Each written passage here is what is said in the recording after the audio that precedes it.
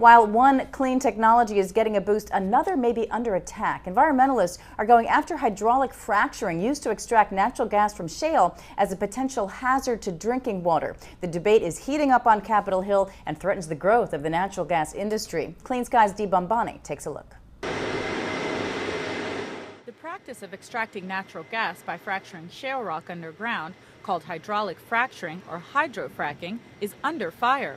Many environmentalists say the natural gas industry could contaminate water supplies with expanded use of hydrofracking, and they want the federal government to step in. We're not talking about banning it, but we're talking about bringing it under a minimum standard of federal regulation to protect scarce water supplies. Currently, individual states regulate the use of this method by natural gas producers. But Slocum says that's not enough. The practice is mushrooming, and he and other environmentalists want the EPA to regulate the practice under the Safe Drinking Water Act. Congress in 2005 exempted this drilling from the act. While the concept has been around for years, the technology was only developed in the last decade and is now coming into widespread use. According to the natural gas industry, 95% of new wells being drilled now are fracking shale for natural gas. Lee Fuller, who represents the independent oil and gas producers, says the practice is growing, but it's tested and reliable. And he says states are able to protect their own groundwater. Yeah, on the whole, there has never been a need for the federal government to get into this regulatory regime, and there is no need for it to do so now. It's safe. It's safe. It's been around for 60 years. It's been used well over 1 million times. There's a dozen or so allegations that surface periodically that have been used to try to suggest that there's a problem with fracturing.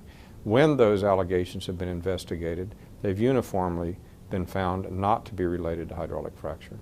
So what's the root of the concern? Essentially, a hole is drilled into the shale formation, at first vertically, then curving to enter the formation horizontally.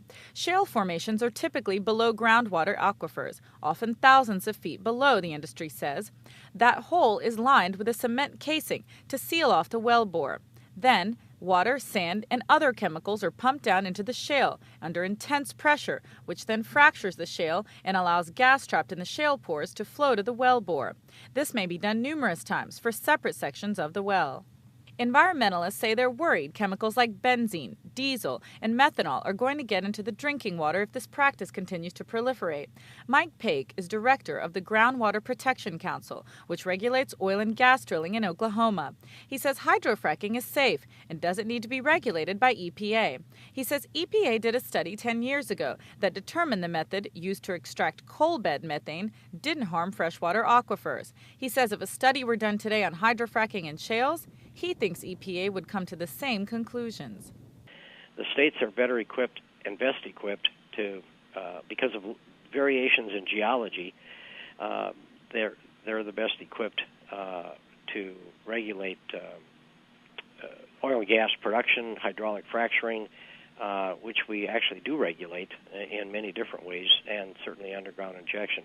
But to try to shoehorn hydraulic fracturing into the Safe Drinking Water Act, I think it just create a lot of problems. In Washington, Senator Bob Casey of Pennsylvania has 5 co-sponsors for the FRAC Act. It charges EPA with regulating hydraulic fracturing under the Safe Drinking Water Act and requires gas companies to disclose the chemicals they inject underground. In the House, Colorado Democrat Diana DeGette has 50 co-sponsors for her version of the FRAC Act. Good news. My bill would not make hydraulic fracturing illegal, nor would it make it commercially impracticable. I support the use of hydraulic fracturing. Please let me say that again. I support the use of hydraulic fracturing, but I also support it being done in an environmentally responsible way. Despite sponsors' intentions, the industry fears the consequences of regulation. The problem with that is that there's never been any regulation of hydraulic fracturing under the Safe Drinking Water Act. The structure of that act is not designed to handle well construction. If lawmakers decide to impose federal regulation, that decision could affect the largest natural gas merger in U.S. history. At a House hearing this week, Exxon and XTO Energy said their deal could be off if Congress makes hydrofracking, quote, illegal or commercially impracticable. Alaska Republican Senator Lisa Murkowski late last year urged caution on new regulation. We have incredible reserves when it comes to the shale gas. Well, the process to go after it is through this fracturing. And it's not something that we just figured out how to do last year. They've been doing this for decades and been doing it in relatively safe manner. We can always do better with our technologies, and we should continue to pursue that. But I would certainly hope that we in the Congress would not pass legislation that would prohibit that process. As for the administration, Energy Secretary Stephen Chu says he's not opposed to hydrofracking. And White House top climate advisor Carol Browner said while she was at the EPA during the Clinton administration that the EPA need not be involved in regulating hydrofracking. In Washington, Dee Bhambhani, Clean Skies News.